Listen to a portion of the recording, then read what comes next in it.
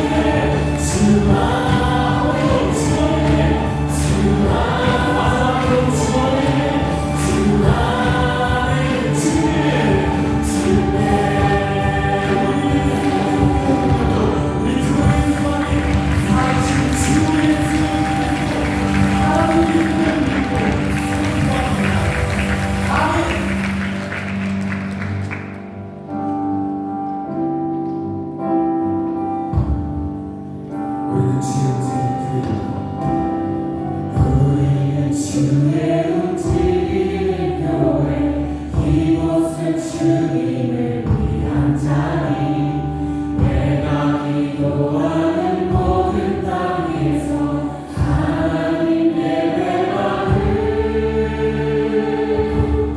그날을 노래하네 다시 한번 우리는 주의 우리는 주의 움직이는 교회 이곳은 주님을 위한 자리 내가 기도하는 모든 땅에서 하나님 예배받을 그날을 노래하네 나의 노래로 주님의 성전을 드리 높이를 받으소서 이스라엘 찬송 거하신 주님을 거룩하십니다 두 손 들어 주님의 보좌를 돌리고 왕가에 경배하리 그런 날개 사이에 심하신 분은 내일이 나누고 나의 노래로 주님의 성전을 드리 높이를 받으소서 이스라엘 찬송 거하신 주님 거룩하십니다 손 들어 주님의 보좌를 만들고 왕가에 경배하리 그런 날개 사이에 하나님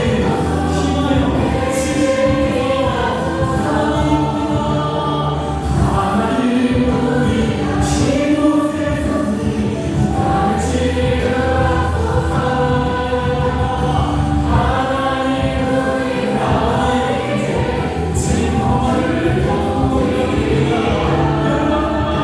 절망보다 주님을 송축할 때마다 그날의 임하도다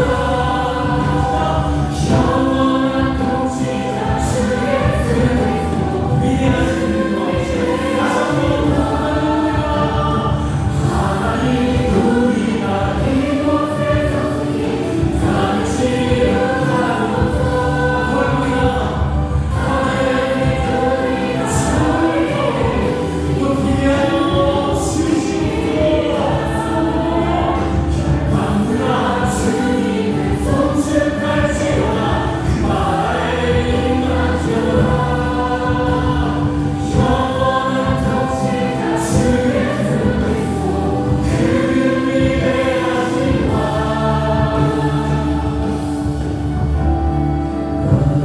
주의 움직이는 교회 이곳은 주님을 위한 자리 내가 기도하는 모든 땅에서 하나님 예배받을 그날을 노래하네 우리 기도를 살아계신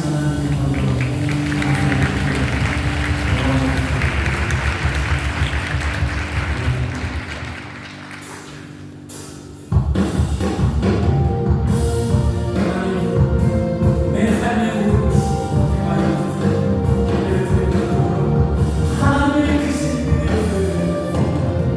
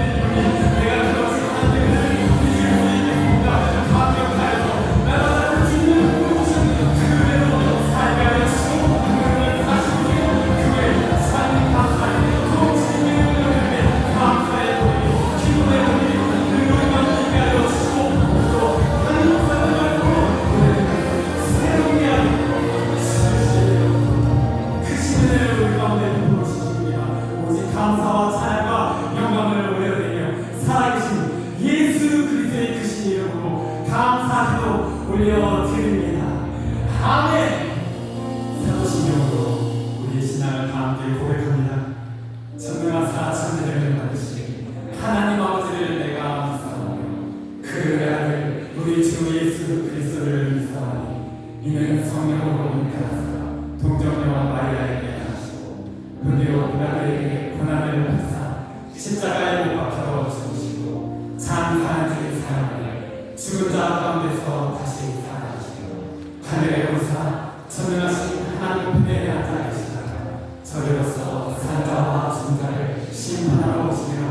성령을 믿사오며 거룩한 은혜와 성도가 서로 고통하는 것과 죄를 사하여 주시는 것과 몸이 다시 사는 것과 영원히 사는 것을 믿사옵나이다. 아멘. 무엇보다 생각하는 것 이상으로 더욱 넘치게 해주시는 하나님 아버지, 각자의 삶의 자리 속에 있다가 함께 모이게 하시고 하나님의 말씀을 듣게 하시니 감사합니다. 오늘 이 하루가 내게 결코 당연한 것들 하나 없는 은혜임을 고백합니다. 어느덧 한 해를 마무리하며 새로운 것들을 계획하는 과정 속에 있습니다. 돌아보니 내 삶의 주인이 하나님이라고 고백하면서도 염려하고 걱정하며 살아온 지난 날들을 떠올립니다. 내가 노력하고 내가 힘쓰고 내가 수고하며 살아온 나의 모습들을 회개하길 원합니다. 때로는 내 뜻대로 되지 않아 주님을 원망하는 순간 속에서도 불기둥과 구름기둥으로 우리를 인도하셨고 돌아가는 듯 했지만 가장 빠른 길이었으며 험한 길 같지만 가장 안전한 길이었음을 고백합니다. 이 시간 수험생들을 놓고 기도합니다. 수능이 앞으로 4일밖에 남지 않은 시점 수험생들의 건강을 지켜주시고 두렵고 떨리는 마음으로 수험장에 들어가는 것이 아닌 주님의 손을 붙잡고 담대히 걸어가는 주의 자녀가 되길 원합니다. 주님의 인도하신 가운데 인천 순복음교회가 창립 42주년을 맞이하게 되었습니다. 지금까지 지켜주시고 보호해주심에 감사합니다. 주님 보시기에 기쁜 교회가 되게 하시고 잃어버린 양들이 돌아와 주의 사랑을 느끼는 교회가 되기를 소망합니다. 주께서 사랑하는 자를 통하여 일하시는 주님, 설교를 전하시는 최용호 목사님의 말씀이 좌우의 날성검이 되게 하시고 듣는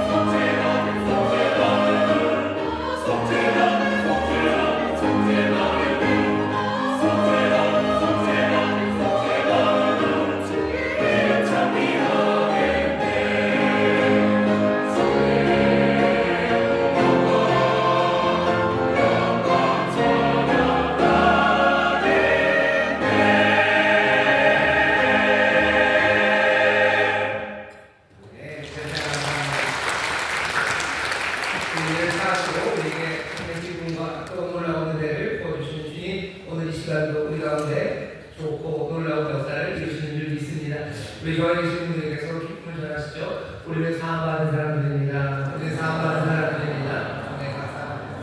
네, 감사합니다. 오늘 복된 날 하나님 앞에 나와서 예배할 수 있게 하신 특별히 오늘 우리 천수교회 42년 된 창립 42년 감사 또 예배로 드리는 날입니다.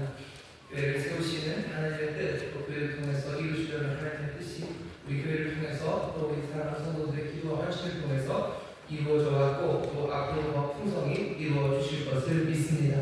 다시 한번 42년간 우리를 보호하시고 인도하시고 또 그 영광 중에 거하게 하시고 사명 감당하게 하신 그 위대한 삶을 주신 우리 주님 앞에 감사와 영광의 박수를 뜨겁게 올려드리도록 하겠습니다.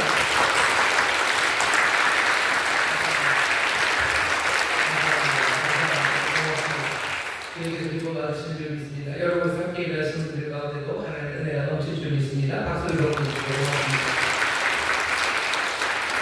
오늘 10분에 우리 주신 하나님의 말씀은 에베소서 4장 30절에서부터 32절까지 말씀입니다. 에베소서 4장 30절에서부터 32절까지 말씀입니다. 성경을 펴주시죠.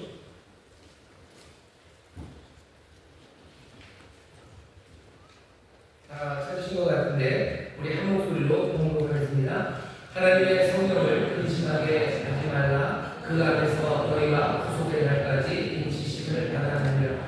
너희는 모든 악독과 모함과 분쟁과 떠드는 것과 회방하는 것을 모든 악의와 행위에 버리고 서로 인자하며 불쌍히 여기며 서로 용서하기를 하나님이 그리스도 안에서 너희를 용서하신 것 같이 하라. 아멘.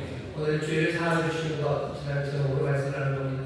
우리가 사도신경 함께 고백하면서 나는 믿는다 라고 고백하죠. 그 고백의 내용 안에 죄를 사하여 주시는 것이 있습니다. 우리는 죄를 사하여 주시는 것을 믿습니다. 그게 2000년 동안 교회가 고백했던 고백의 내용입니다. 죄를 사하여 주신다라는 게 좀 놀라운 것은요, 세상의 사람들이 죄라는 얘기를 이제는 못합니다. 그런 주변에 돌아보셔. 죄라는 이야기를 하는 사람들이 별로 없어요. 죄라고 말하면 뭔가 큰일 나고요. 그리고 어려워들 합니다. 어쩌면 사람들이 죄책감을 느끼기 때문이에요. 그리고 죄의식이 그 안에 있기 때문입니다. 악한 사람이라도 악한 일을 하고 나서 죄책감을 느끼고 그게 죄라는 걸 알고 괴로워합니다. 뭔가 죄를 지을 때 여러 가지 이유들 때문에 죄를 짓는데 자기 만족을 위해서 지을 때가 제일 많아요. 육신의 정욕, 안목의 정욕, 그리고 이생의 자랑 이런 것들로 죄를 지으며 세상을 만들어 가고요.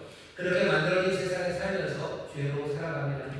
하지만 그것이 우리의 삶을 엉망으로 만든다는 것을 우리는 알기 때문에 그리고 그것을 회복할 수 있는 방법이 없다는 걸 알기 때문에 죄라는 것을 말로 할 수 없습니다. 죄를 지으면 뭔가 피부함 그리고 비참함에 빠져듭니다.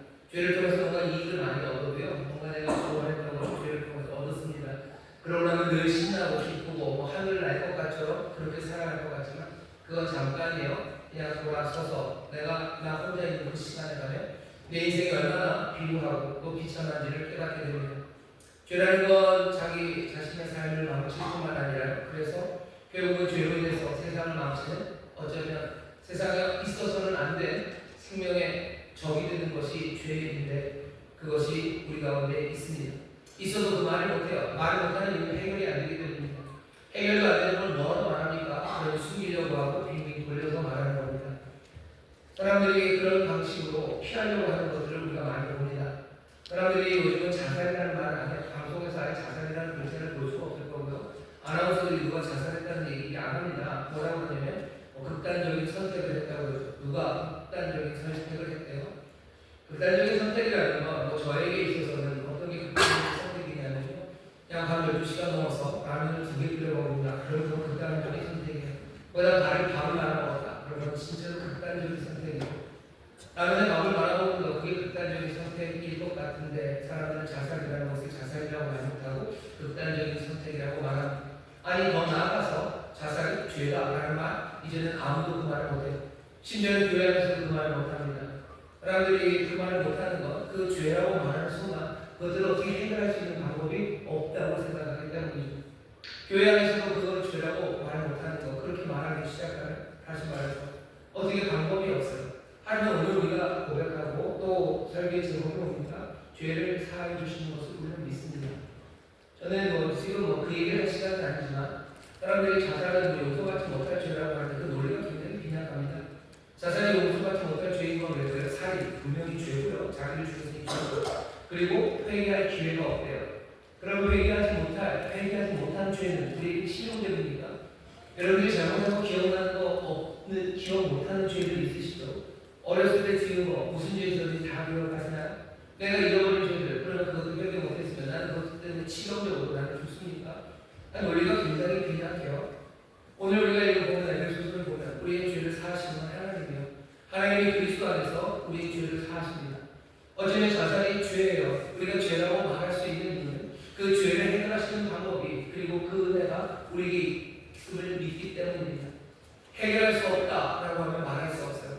하지만 그 죄의 문제를 해결하기 위해서 우리에게 부드럽게 다가오시고 또 하지만 그 죄를 반드시 그리고 분명하게 단호하게 해결할 수 있는 강력한 힘을 가지신 이를 우리가 압니다.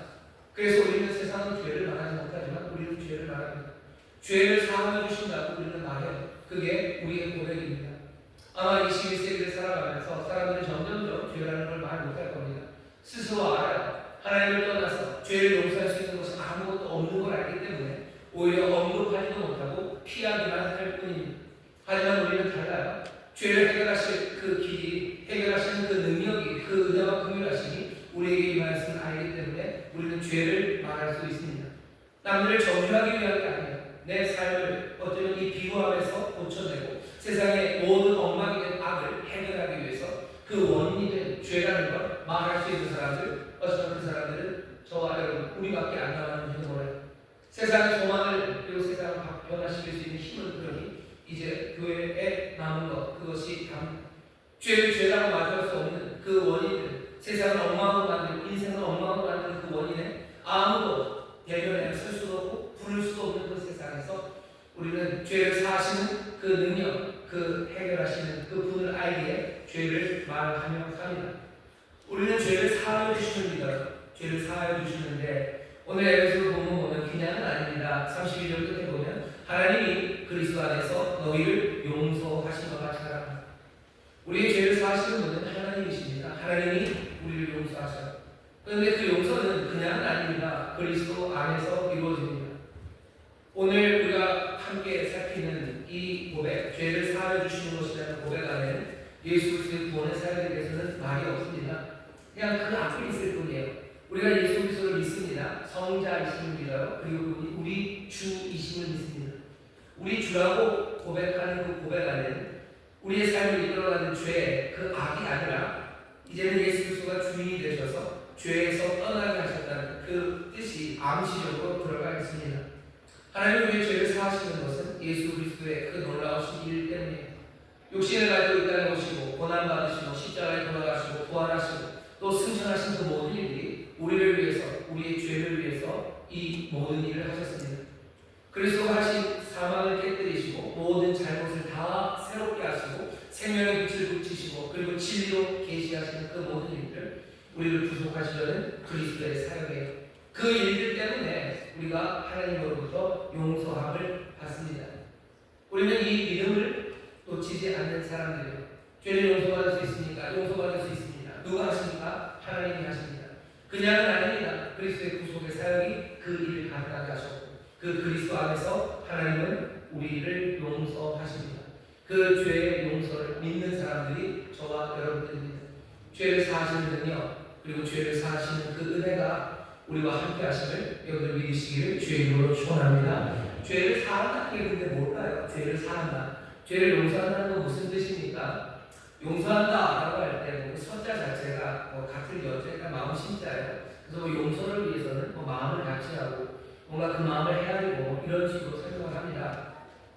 근데 하나님의 죄를 용서하신다 할 때도 용서는 무슨 뜻인 것 같으세요? 그냥 없는 걸로 치는 것 그런 것도 용서일 수 있죠. 하나님이 우리 죄를 용서하실 때 없는 것으로 치는 건가? 죄를 용서하는 게 뭔가를 생각하는 게 어려운 건 죄라는 게 사실은 탁 집어서 얘기하기가 어렵기 때문입니다. 성경이 죄에 대해서 이것저것 여러 가지로 말씀을 하셔요. 그래서 우리가 잘 아는 것 중에 하나, 죄라는 건 뭔가 관역을 빗나간 화살이라는 거죠. 관역을 빗나간 화살이라는 이야기를 얘기하려면요, 거기에 의도 두 개가 있는 겁니다. 하나는 관역을 세운 의도가 있어요. 하나님의 뜻이죠.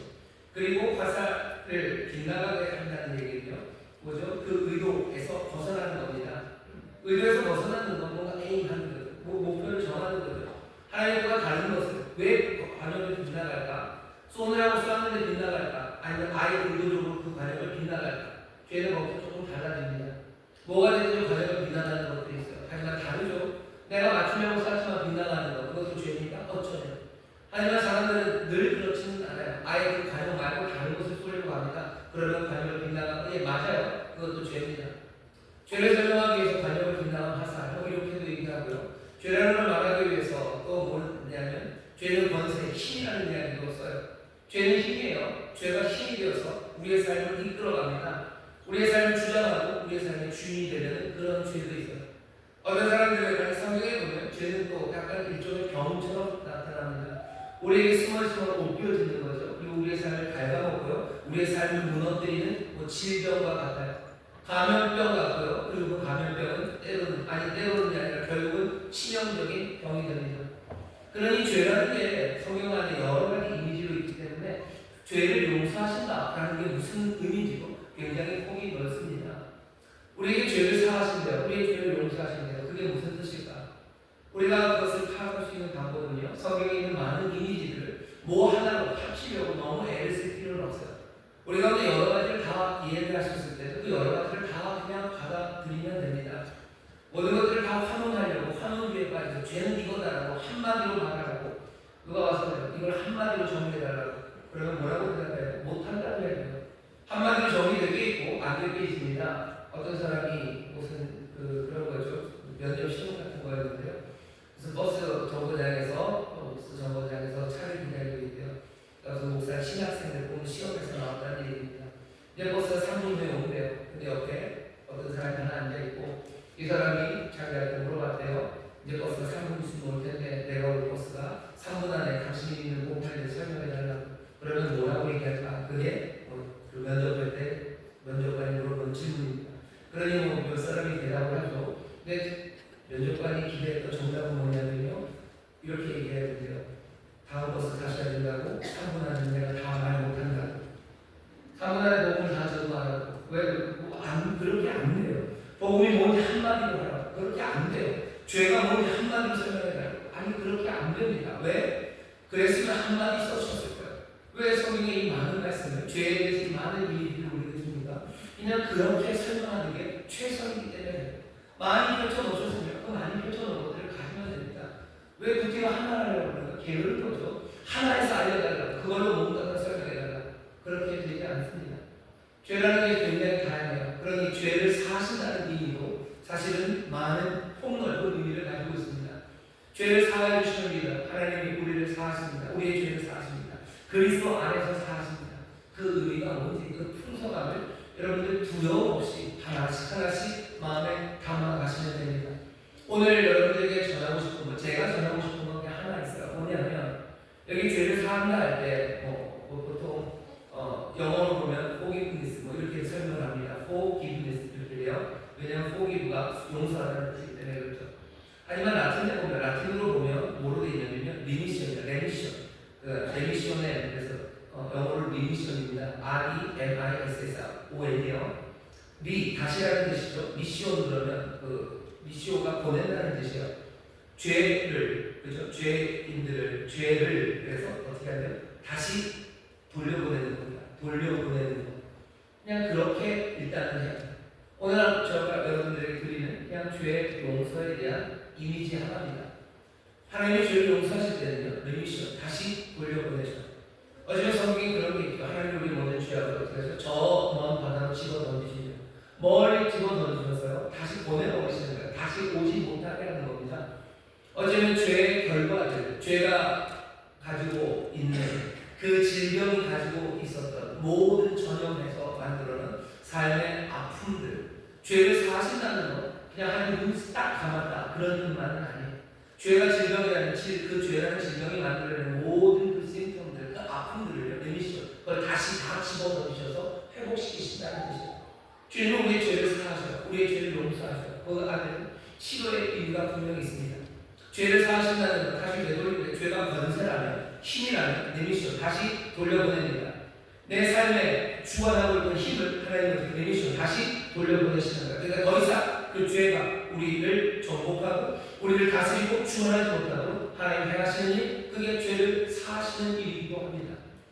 죄가 어떤 의미가 넓기 때문에 죄를 사하신다는 의미도 참 넓어요.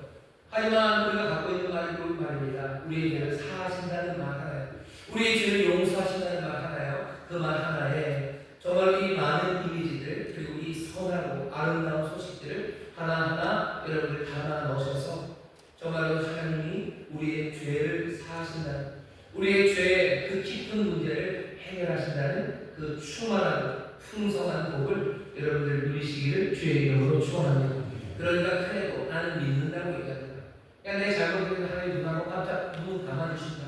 그것만 해도 가치 있는 일이죠. 하지만 사하신다는 얘기가 그렇게 점점 풍성해지기 시작할 때 나는 그 죄의 사함을 믿습니다. 나는 그 죄의 용서하심을 내가 믿습니다는 그 고백은 내 신앙을 내어놓을 만큼 가치 있고 의미 있는 일이 됩니다.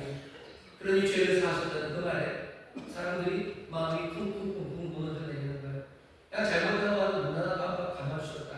뭐 그것만도 괜찮지만 사하시고 용서하시는 데는 그보다 더 크고 깊습니다.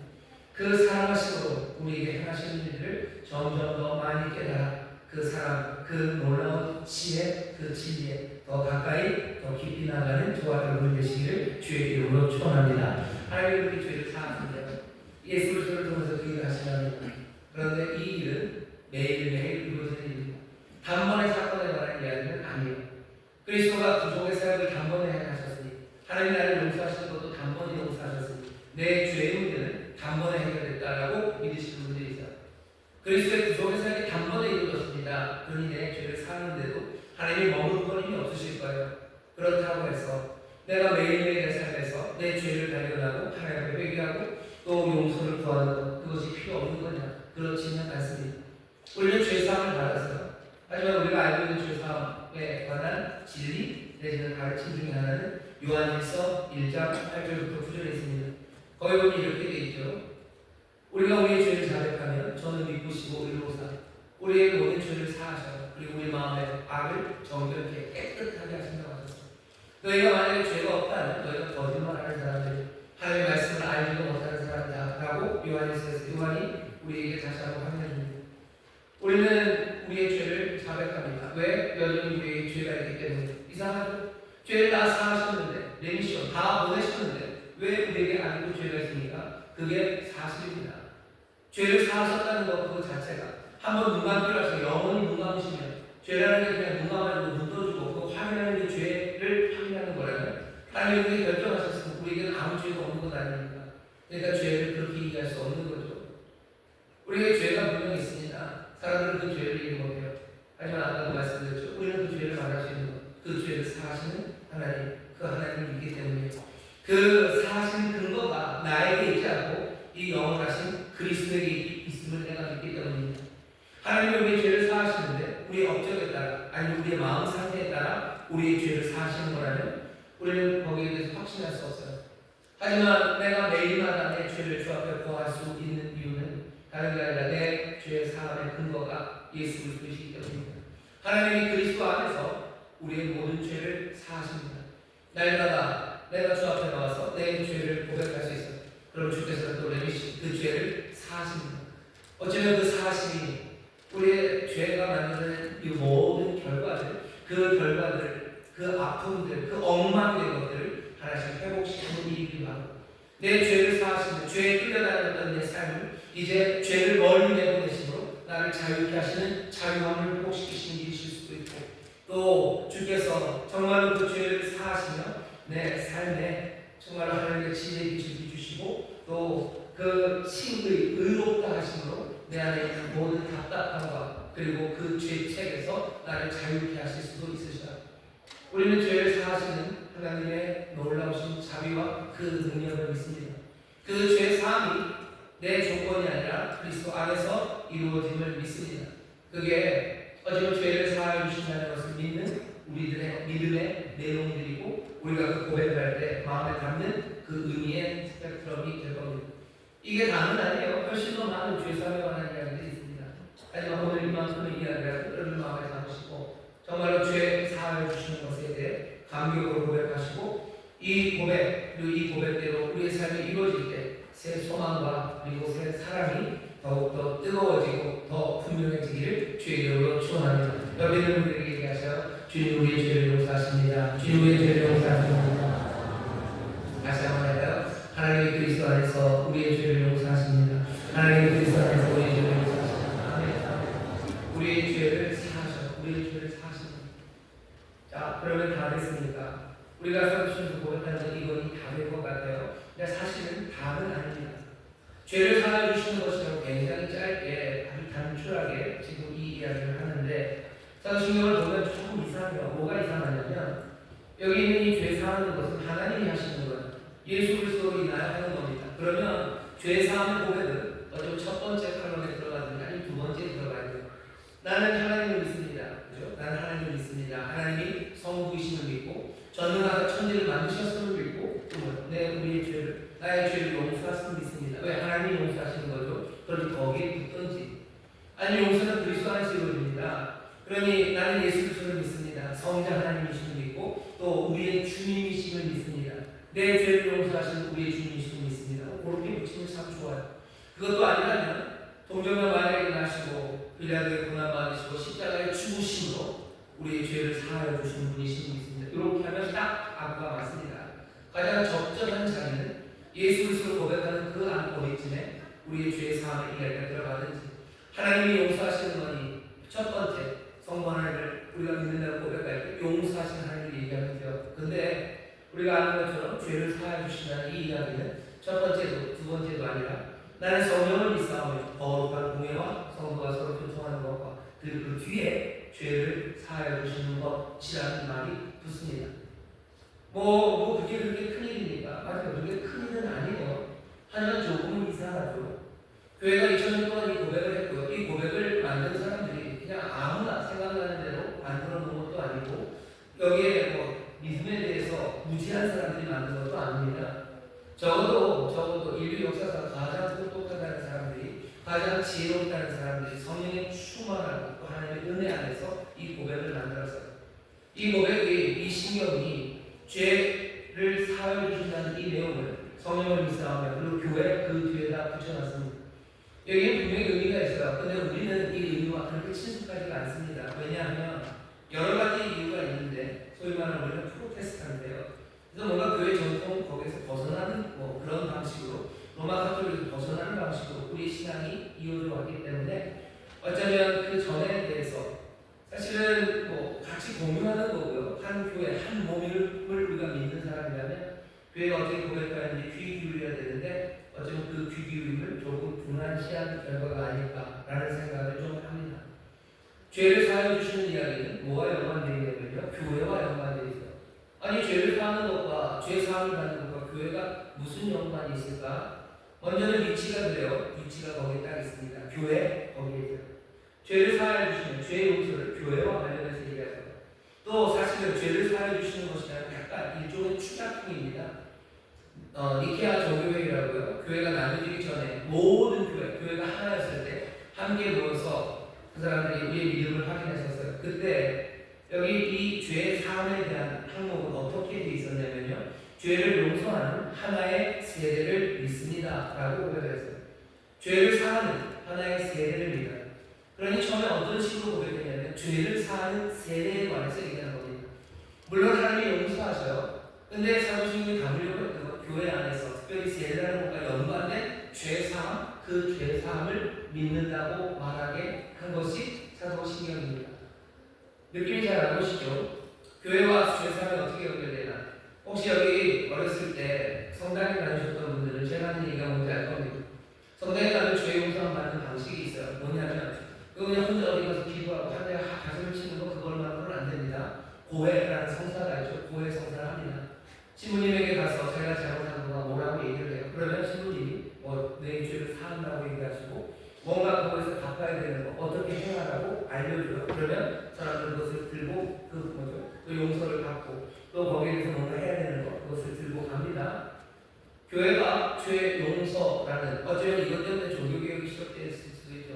죄를 사하는 권세가 아니면 죄를 사하는 그 기관이 교회라고 생각했기 때문에 그 일을 면죄부, 죽은 사람의 죄도 사할 수 있는 뭔가 있고 그것들을 교회가 마음대로 할 수 있는 뭔가 그런 게 문제를 일으켰습니다.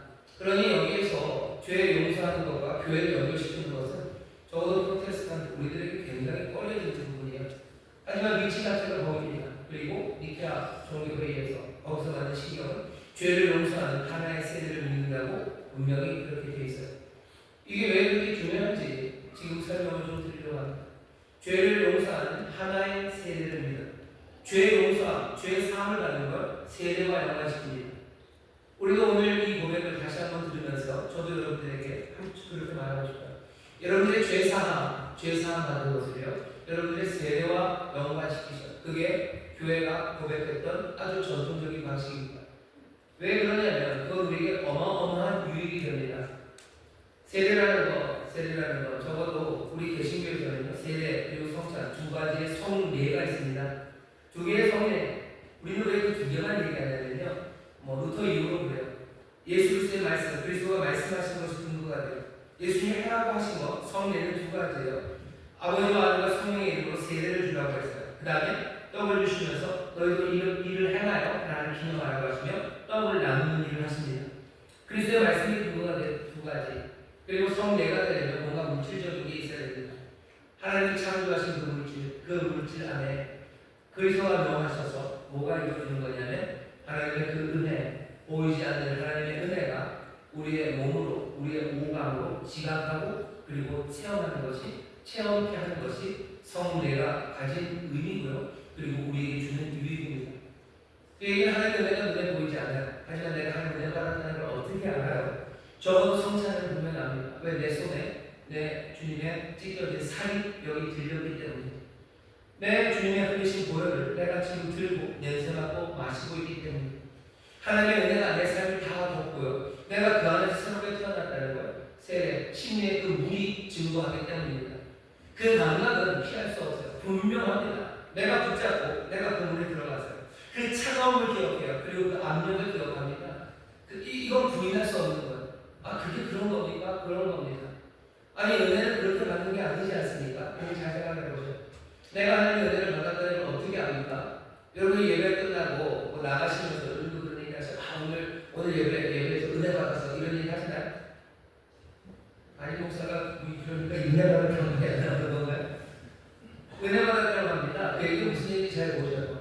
뭔가 예배할 때, 설교를 들을 때든 아니면 찬양할 때, 내가 기도할 때고 지금 내가 이 성전에 들어올 때, 그때 뭐가 되든지 내 마음에 뭐가 확 온다는 거죠.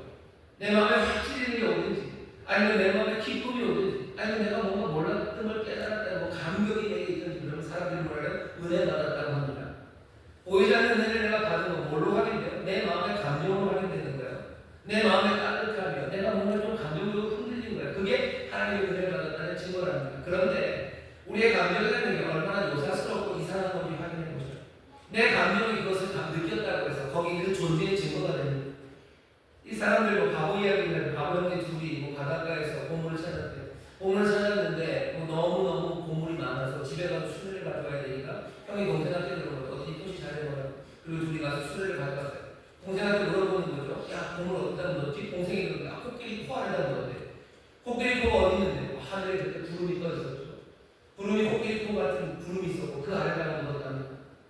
안 돼요. 왜? 하늘의 구름이라는 건 그냥 시시때대로 변해요. 그냥 막 흘러가는 게 구름입니다.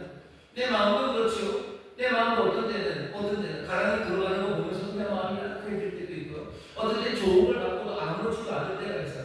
그런데 오늘 내가 내 마음이 예배 때 내 마음이 흔들렸고 내 마음이 뜨거워졌어요. 물론 성령님들이 감동 주시긴 합니다만 내 마음이 하나님이 보이지 않는 은혜를 주셨다는 그 증거가 된다는 것, 사실은 허망하고요. 어쩌면 뭐라 그럴까, 부실합니다. 내 사람들이 은혜 받은 것, 내 마음의 감정이라고 얘기해요.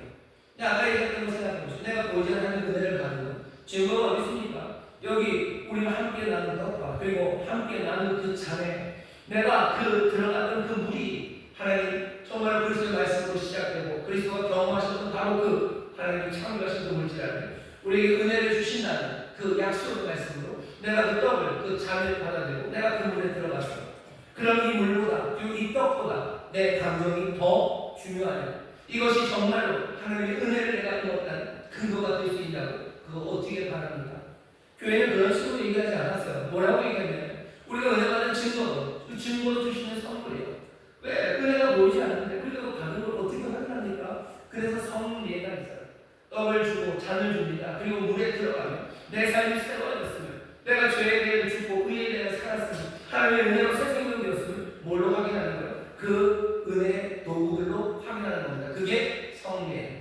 죄를 사하게 하시는, 죄를 용서하시는 하나의 세례를 믿습니다 라고 말할 때 우리에게 전해주는 의미는 뭐냐면요, 세례받은 사람들, 그 성례에 참여한 사람들, 그 성례를 통해서 죄 사함 받았음에 대한 확신이 우리 가운데 분명히 새겨지는 겁니다. 죄 사함 받은 걸 어떻게 확인합니까? 죄 사함 받은 걸 우리는 어떻게 확인해요?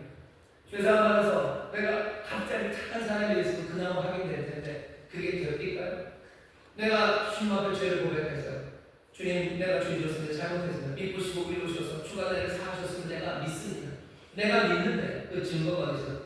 죄사함 받았다는 증거가 있습니까? 그 이후로 내가 그 죄를 한 번도 안 짓든지 아니면 그 이후로 내 삶이 정말로 깨끗해지고 세워졌다면 죄사함 받은 증거가 있을 텐데 우리에게 그런 식으로 임하지 않습니다. 교회가 고백한 것, 죄를 사하시는 하나의 세례를 위하여 세례받은 그 사람들은 그 성례를 통해서요 내가 죄사함을 받았음을 확신합니다. 여러분들의 죄사함의 근거는 내 마음의 따뜻함이 아니에요. 어떤 때는 주님이 내 죄를 사하신 것 같고 왜? 내 마음에 뭔가 기쁨이 있으니까. 어떤 때는 여전히 마음이 무거우니까 죄사함 받지 않는 것 같고 어전히 그러니 뭐니까 내 마음이 기쁠 때까지 내가 자유로울 때까지 그때까지 죄를 속하시고 나를 사하시라고 매달립니다. 죄를 사하는 건 그런 근거가 어디에서 생기는 거예요? 내 마음이 기준이 되는 거죠. 내 마음에 자유함이 있으면 내가 죄사함을 받는 거예요. 내 마음이 내 죄를 사합니까? 아니요. 하나님이 사하십니다. 보이지 않는 하나님의 은혜를 어떻게 확인합니까? 오늘 우리가 해주는 세례받은 사람들 네 세례로 확인하는 거예요. 우리가 죄에 대해 죽고 의에 대해 삽니다. 주는 우리의 죄를 사십니까? 사십니다. 세례가 그들을 확인합니까? 확인합니다. 내가 세례를 받고 그리스도의 사람이 되어 죄 용서함 받고 그리스도인의 삶을 시작합니다. 세례의 삶은 그렇게 살아가는 거예요. 살아가면서 계속 상기할 일은 내가 세례받았다는 사실입니다. 로마서 6장에 보면 바울이 그렇게 얘기해요. 사람들 신앙으로 경외하고 선한 삶 살아라 악을 떠나라 할 때 그러면 되냐고 야단치지 않아요. 거기에 논리적인 근거가 딱 하나입니다. 너 세례받은 사람 아니냐? 너 그리스도와 함께 죽지 않았냐? 죄에 대하여 죽고 의에 대하여 살아야 어찌 죄에 대하여 죽으니까 죄의 영향을 받냐고 야단을 치는 거예요. 세례받은 사람들, 죄 사함 받은 사람들, 세례받았으면 상의하며 죄와 싸워나갑니다. 그리고는 어떻게 할까요? 점점점 세례받은 사람, 죄 사함 받은 사람들의 삶의 이야기를 만들어 갑니다. 그게 죄 사함을 교회와 연결하고 세례와 연결해 놓은 이유입니다. 죄를 사하게 하는 세례를 우리가 받았습니다. 그러니 우리는 죄 사함에 대한 확신이 있습니다. 내 감정에 따라 흔들리지 않습니다. 우리의 죄를 사하셨고 우리의 죄를 또 고백하면 우리의 죄를 사해 주셔요. 내가 내 마음의 감정이 이것들을 확인하지 못하고 내 삶의 모습들이 여전히 그것들을 보이지 못할 때도 여러분들의 정말로 세례받으신 그 은혜가 그 성례가 은혜가 우리 가운데 임하고 사하심이 주어졌음을 확인하는 그 자리가 되시기를 주의 이름으로 축원합니다. 옆에 있는 분들에게 얘기해 주시죠. 주님 우리 죄를 사하셨습니다. 주님 우리 죄를 사하셨습니다. 확신합니다. 왜? 나는 세례받은 사람입니다. 혹시 여기 세례 안 받으신 분들 계실 거예요? 그럼 어서 받으십시오. 어서 세례받는 자리로 나오십시오. 근데 문제가 생기고 우리가 세례가 뭔지를 알아요. 죄사함이라는 눈에 보이지 않는 것을 교회와 세례로 연결하는 이유는요. 죄사함이라는 것이 실체가 뭔지를 우리에게 보여주는 겁니다. 세례를 어떻게 받아요? 믿음으로 받습니다. 믿음으로 받아요. 근데 그 믿음이라는 게 얼마나 부족한지를 저와 여러분들이 다 알아요. 그 실체를 알아요. 세례받을 때 세례 문답을 합니다. 사도신경의 내용들을 확인을 합니다. 하지만 사도신경의 내용을 확인하면서 삼위일체 하나님이 어떤 분이신지 다 이해합니다. 교회의 신비에 대해서 다 이해합니다. 다 이해 못해요. 이제 마음 믿기 시작한 사람이 어떻게 다 이해합니까? 아니 오래 믿었다고 그걸 확인합니까? 안 됩니다. 어쩌면 정말로 삼위 하나님에 대해서 모두 다 이해하고 교회의 신비에 대해서 모두 다 이해해야 그거 이해하고 믿는다고 해야 세례를 준다면 아마 교회 2000년 동안 세례받은 사람은 한 한 명도 없을 겁니다. 한 명도 없을 거예요. 그런데도 우리가 세례를 줍니다. 도대체 무슨 근거로 세례를 줍니까? 세례를 주는 근거는 믿음이에요. 어떤 믿음인데요? 모든 것을 다 아는 믿음이 아닙니다. 이 믿음은 소위 말하는 종말론적인 믿음이에요. 지금 내가 부족하지만 내게는 희망이 있습니다. 온전한 것을 이루실 그 충만함이 이루어질 것에 대한 소망인 것, 게다가 그 충만함과 미래의 그것이 지금 내 삶에 임하고 내가 그것을 맛보며 살아간다는 그런 믿음이에요. 그 믿음이 세례, 어쩌면 우리가 주님을 영접하고 새 삶을 살아가는 믿음이 되는 겁니다. 우리는 그 믿음으로 세례를 받아요. 모든 것을 다 알아서가 아니에요.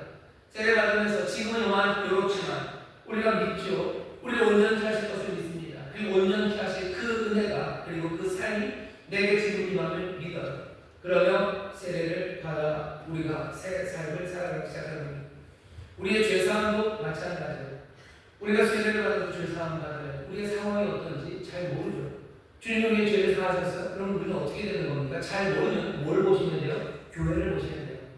왜? 죄사함은 것은 뭐래요? 죄를 사하게 하는 하나의 세례를 믿는데요. 죄사함은 세 개가 연결되어 있어요. 죄사함 받은 사람, 세례 받은 사람 보면 돼요. 세례 받은 사람은 교회에 있습니다. 죄사함 받은 사람은 어떤 사람인지 알면 뭘 보면 돼요? 교회를 보면 돼요. 근데 여기서 문제가 생기죠. 죄사함 받아서 그 상황이 뭔지, 상태가 뭔지 확인해 보니 교회를 본대요. 여기 있는 인천수목교에 봅니다. 이 사람들은 하나님이 죄를 사하시면 사람들이 이렇게 되는구나 하는 모양이 어디 있는 거예요? 여기 있는 거예요. 여기 있는 모양이 여러분들 어떻습니까? 여기는 저와 여러분들이 죄 사함 받아서 순백의 영혼들이 정말 세만한 힘도 있고 온갖 거룩함과 그리고 무슨 고상함, 아름다움 그렇게 걸어가고 있습니까? 교회는 그렇습니까? 죄 사함 받으면 어떤 모습이 되는지 궁금하시죠? 죄 사함을 주는 하나의 세례를 믿는다는 그 고백 안에서 우리에게 주는 대답은 죄 사함의 결과, 하나님의 죄를 사하시면 어떻게 되는지 아시죠? 이렇게 됩니다. 이렇게 된다는 건 그냥 좋은 말이에요. 중립적인 말이고 나쁘게 뉘앙스를 잡으면 죄 사함을 받으면 어떻게 되는? 여전히 이 꼴들입니다. 이 모양입니다. 갑자기 확 깨시나요? 주님이 나를 죄를 사하시면 나는 새 사람이 되고 뭔가 거룩한 거라고 생각했는데 죄를 사하시면 하나의 세례를 믿는 거예요. 죄사함에 대한 세례가 연결되어 있어요. 죄사함 받는 거, 세례 받는 겁니다. 그럼 내가 죄사함 받는 나의 모습은 뭐야? 세례 받는 이 교회의 모습이에요. 그냥 이게 어쩌면 정직한 모습이고요. 그리고 이게 우리가 고백하는 마음입니다. 고백이 어찌보면 굉장히 그냥 쓸쓸하죠. 그리고 약간 속탄합니다. 주님이 나를 죄를 사하셨으면 여기는 뭐 대단한 게 있을 줄 알았는데 대단한 게 없어요. 아니 그게 사실이죠. 세례 받으면 뭔가 하늘이 날 것 같고 축지법도 쓸 것 같고 약간은 공중부양을 할 것 같고 뭔가 내가 이제 뭐 악한 생각을 하려고 뭐좀 토악질이라도 나오고 뭐가 좀 그래야 될 것 같은데 그러기를 바라신다고 분명히 말씀하시는데 여전히 그냥 이 모양입니다. 세례, 죄 사함을 받아 죄 사함을 받게 하는 하나의 세례를 믿는다는 것, 우리의 현실을 확인하는 자리입니다. 하지만 이 현실이라는 건 그냥 마냥의 현실이 아닙니다. 아까 믿음으로 받는다고 했어요. 우리가 죄 사함 받은 사람들은요, 이 믿음은 정말로 지금은 연약하고 이 모습이지만 이제 그 놀랍고 완성된 그 삶을 우리에게 주셨어요.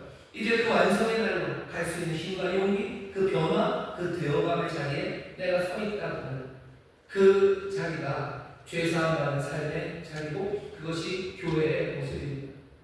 교회는 살아있어요. 역동력입니다. 어떤 방식으로 역동력이냐면요, 그 죄사함의 변화, 그 죄의 모든 것을 집어던지셨으니 그 죄와 상관없는 삶의 모습, 그리스도 안에서 발견되는 그 삶의 모습으로 변화되어가는 그 역동성 안에 교회는 있는 겁니다.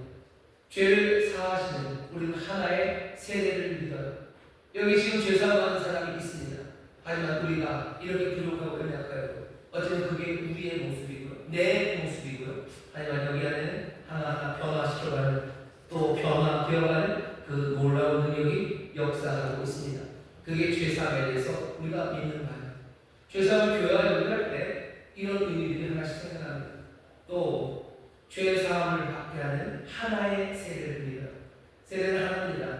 그게 의미하는 바가 있습니다. 뭐냐면 세례가 하나입니다. 주도 하나입니다. 믿음도 하나입니다. 에베소서 그렇게 얘기하죠. 세례가 하나이기에 왜 주가 하나이고 믿음도 하나이기에 우리 안에 많은 죄와 그리고 부패와 그리고 못남이 가득해도요, 세례는 하나입니다. 이 하나된 본된 교회 안에서 이것을 나눠줄 수가 없어요. 나눠줄 수 없습니다. 예수님이 인간의 몸이 될 수 있다는 것이면 죄의 문제를 해결하기 위해서 오셨어요. 죄의 문제를 해결하기 위해서 오신 그분의 몸이 교회입니다. 근데 그분의 몸된 교회가 죄로 인하여 갈라지고 찢어진다는 것, 그건 말이 되지 않아요. 죄를 사하시는 하나의 세례를 믿습니다.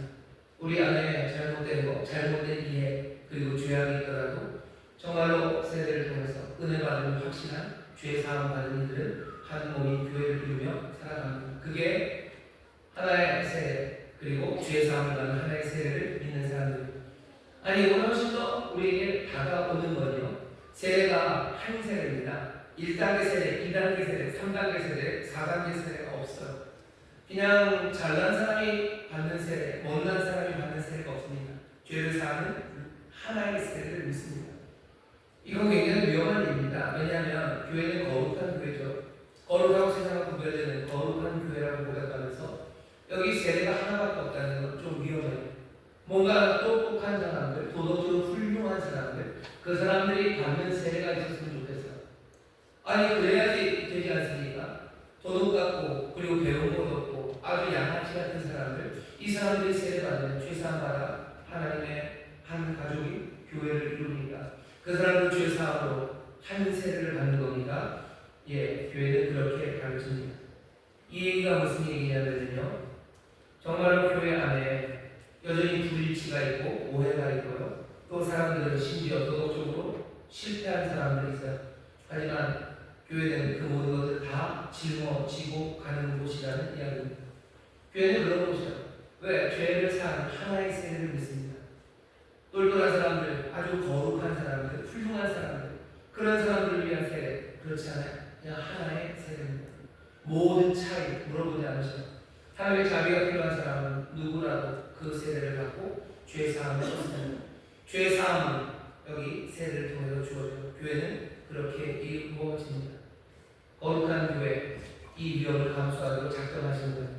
이게 무슨 얘기냐면 오늘 에베소서 있는 말씀입니다. 하나님의 성령을 근심하게 하지 말라. 하지만 우리 안에 각종의 사람들, 죄 사함을 받았지만 여기 각종의 사람이 있습니다. 이 사실이, 이게 현실이고 이렇게 하나님 뜻하셨을지라도 이것이 그렇게 즐거운 일은 아니에요. 성령은 그것에 대해서 근심하십니다. 가슴 아파하셔요. 죄 사함을 받아 한 세례를 받은 사람이 여기 있어요. 그냥 이게 우리의 모습입니다. 하지만 죄 사함을 받았다고 하면서 여전히 못난 나, 그리고 여전히 못난 이 교회가 성령에게 근심이 되는 것은 성령이 바라시는 바는 이 모습 이대로가 아니기 때문이죠. 세례를 하나 죄 사함을 받게 하셨지만 이 역동성 안에서 정말로 거룩한 공동체로 변화되게 하시려는 것, 그것이 성령이 하시는 일입니다. 성령은 그렇지 않으면 굉장히 근심하죠. 슬퍼하십니다. 성령이 슬퍼하시는 거 어떻게 아십니까? 아셔요? 우리의 자녀들이 슬퍼할 수 있어요. 왜? 우리의 부모님들을 보면서 슬퍼합니다. 죄사함을 받은 사람들, 우리 부모님은 죄사함을 받았어요. 세례받고 죄사함을 받았다고 고백하는 그리스도의 몸을 이루는 게 부모님들이 여전히 욕심으로 살아가고 여기 나오는 것처럼 악독하고 노하고 분내고 떠들고 회봉하는 모든 악의가 우리 부모님들에게 있습니다. 그러면 우리 자녀는 어떨 것 같으세요? 근심합니다. 그리고 슬퍼합니다. 슬퍼합니다. 자녀들만 부모님들 보고 슬퍼하는 건 아니죠. 부모님들도 자녀들 보고 슬퍼합니다. 왜?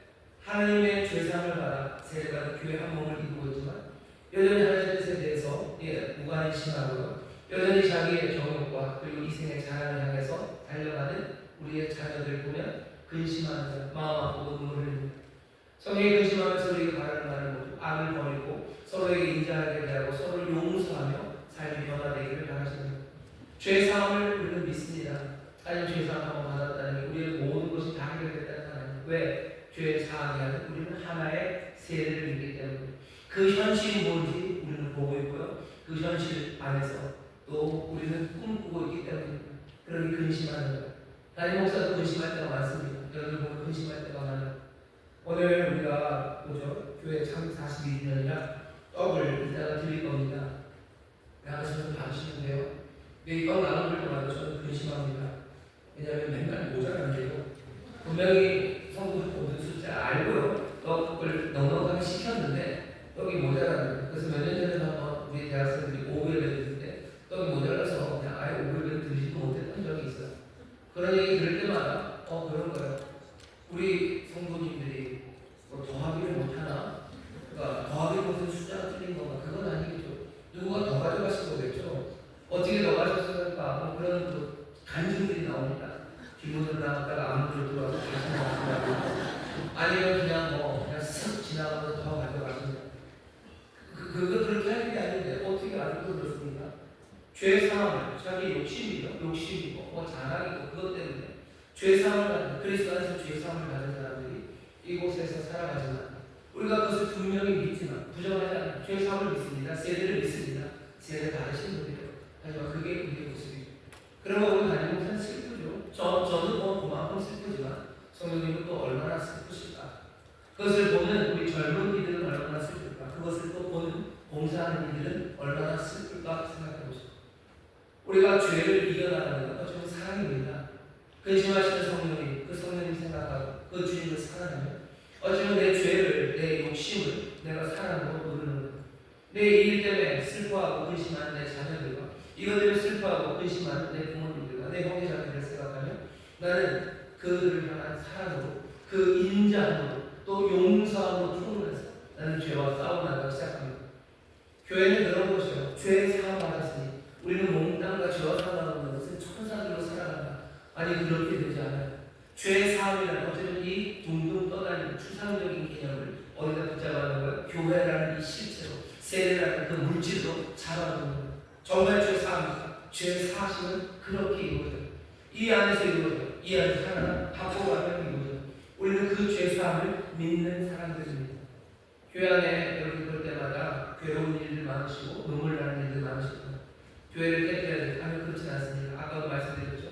그 교회는 정말 한 세례로 죄사함 받는 교회입니다.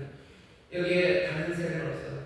주께서 우리 죄를 해결하시러 오신 그 몸인데 이 안에 죄가 있다고 무너지냐? 아니죠. 그 문제를 해결하는 게 맞습니다. 그게 교회가 해야 돼요. 서로를 근심하지 않는 일을 보면서 사랑으로 나 스스로를 극복하는 거고 서로를 용서하고 그리고 용납하고 또 근심하는 가운데 하나씩 하나님의 뜻이 이루어질 그 역동성을 그 역사를 하나님 마음에 품는 사람들이 우리입니다. 죄 사함이 뭐냐고 사람들이 물어본다면 우리는 어쩔 수 없어요. 죄를 사하시는 그리스도에 대해서 보여주셔요. 도대체 그리스도가 죄를 사하심으로 어떤 일을 이루십니까? 거기에 대한 증거 뭡니까? 다른 데 없어요. 그냥 우리 교회를 보라는 이게 답니까? 라고 말했어요. 죄를 사하셔서 겨우 만들어 놓은 게 이겁니까? 어떻게 보면 우리의 평균 도덕성은 세상에 아주 도덕적으로 훌륭한 집단보다 훨씬 더 낮을지도 몰라요. 다른 기관 아니면 다른 정직한 사람들이 모여있는 데는요. 떡 나눠줄 때 한나도 한 기도 더 나가는 거 없이 딱 맞는 아예 더 남든 할 겁니다. 죄사함이 뭔지 그렇게 보여달라는 사람들에게 그냥 우리를 보여줄 수밖에 없어요. 하지만 그것이 어쩌면 부끄러움이 되지 않는 것은 우리 인생의 죄인이라는 것을 그리고 죄인을 부르시는 사랑이라는 것을 또 그 은혜와 긍휼이 우리 가운데 있다는 것과 성령을 통한 이것들을 바꿔나가실 것에 대한 소망, 그 소망이 있는 겁니다. 교회는 그런 곳이에요. 사람이 흉가적으로는 안 됩니다. 하지만 성령이 우리에게 마시면 그 권능을 가지고 예루살렘과 유다와 사마리아 땅끝까지 이르러 그 증인, 그리스도의 증인이 될 거예요. 그리스도의 죄사하는 증인이 우리들입니다. 근데 우리의 모양이 이래요. 너무 신나하지 마세요. 세상은 알지 못해서 니들이 그랬구나. 교회 다니는 데 봐야 그렇구나 라는 이야기 많이 듣습니다. 거기서 부정을 할 수가 없어요. 죄사함 받았더니 죄에서 자유함을 얻었다니 그게 다냐라는 이야기를 할 수밖에 없어요. 하지만 우리는 죄를 사하게 하시는 하나의 세례를 믿습니다. 여전히 이 안에서 정말로 여기에 소망을 두고 행하게 하시기에 부족하고 못난 이들이 하나씩 죄를 이겨가며 거룩해져가는 그리고 하나씩 예수님 닮아가는 그 작은 기쁨들, 그 감격들로 교회를 채우실 거예요. 그게 하나님이 또 주님이 교회를 통해서 이루시려는 일입니다. 교회가 죄 사함으로 단박에 그냥 삐까 번쩍한 어마어마한 성취, 거룩함의 성취와 도덕적인 성취를 이루는 것 하나님 그렇게 하실 거였으면 세례를 이런 식으로 주지 않으실 거예요. 죄 사함을 그런 식으로 주지 않으셨을 거예요. 하지만 은혜 보시니 우리를 살리시기 원하시니 죄를 위해서 모든 것을 내어주시는 그 사랑은 교회를 이렇게 부르셨어요.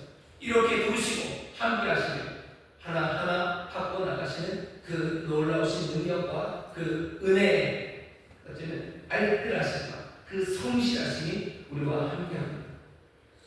교회에 대해서 너무 실망하지 마셔요. 주께서 정말로 교회를 세우시고 그리스도의 몸으로 세우시고 그 일을 온전하게 이루시는 소망을 가지시고 또 함께 기도하시고 또 서로를 근심하게 하는 길에 성령과 함께 기도하며 하나하나 거룩한 길로 변화되어가는 그 기쁨을 누리게 되기를 바랍니다. 지치지 마세요. 성령이 우리 함께 하실 겁니다. 좋은 일을 이루어주실 때 기뻐하시고 그리고 감사하시고 또 소망을 품어나가는 우리 교회 또 그런 하나님의 사람들이 되시기를 주의 이름으로 축원합니다. 기도하겠습니다. 하나님 감사합니다. 죄를 사하여 주시는 것 아버지 우리가 그것을 믿습니다. 아버지 하나님 세상의 죄 해결할 수 없다 하나 우리가 정말 하나님 우리를 사하시고 죄의 문제를 해결하시기 위하여 그리스도를 보내시고 그리스도 안에서 그 문제가 해결될 것을 우리가 믿사오니 주여 이 믿음이 그냥 그렇게 되리라는 막연한 추상이 아니라 여기 이곳 바로 이 교회에서 그 놀라운 죄의 사함의 기적이 그 복이 이루어지고 있음을 주여 분명한 믿음으로 붙자 부족하고 연약하고 아버지는 이게 뭔가 싶은 이 교회일지라도 주님 사랑하고 주여 소망을 두고 주의 뜻이 이루어지기를 함께 성령 안에서 수고하며 나가는 우리 귀한 교회 믿음의 사람들 되게 하여 주시옵소서. 온전히 이루실 것을 믿습니다. 죄를 사하시며 그리스도의 아름다운 신부로 단장시켜 주실 것을 믿습니다. 거룩한 하나님의 자녀로 아들의 형상으로 우리를 새롭게 하실 것을 믿사오니 주여 이 믿음 안에서 아버지의 소망을 품고 성령 안에서 하나씩 하나씩 아버지 눈물로 기도하며 서로 격려하며 권면하며 하나님의 역사를 이루어가는 우리 교회 또 모든 성도들 되게 하여 주옵소서. 감사드리며 예수 이름으로 기도합니다. 아멘. 이 시간 성도 기도합니다. 우리 죄를 사하실 때 우리가 다른 사람보다 단박에 훌륭한 사람이 되었다. 아니 그렇게 되지 않아요. 분명히 사하시니까 이제 사하시니까 우리를 믿습니다. 그리고 실체가 어디에 있는지 우리는 오해하지 않습니다. 죄를 사하시는 이곳이 세례를 통해서 받으신 여기 이곳을 흘러내 죄사함을 받은 거룩함이 분명히 보이니까 점점 더 분명히 보일 것을 믿습니다. 사랑하고 용서와 인자에 대한 정말로 사랑하는 마음으로 우리의 죄를 악을 버리며 그렇게 죄사함 받은 하나님의 사람들로 살아가게 될 겁니다. 이 시간 기도하시는 성령이 우리를 도우셔서 정말로 근심하시는 근심하는 이들을 보며 내가 사랑으로 내 모든 죄, 욕심 그런 것들을 버리고 악을 버리게 하여 주옵소서. 기도하고 이 안에서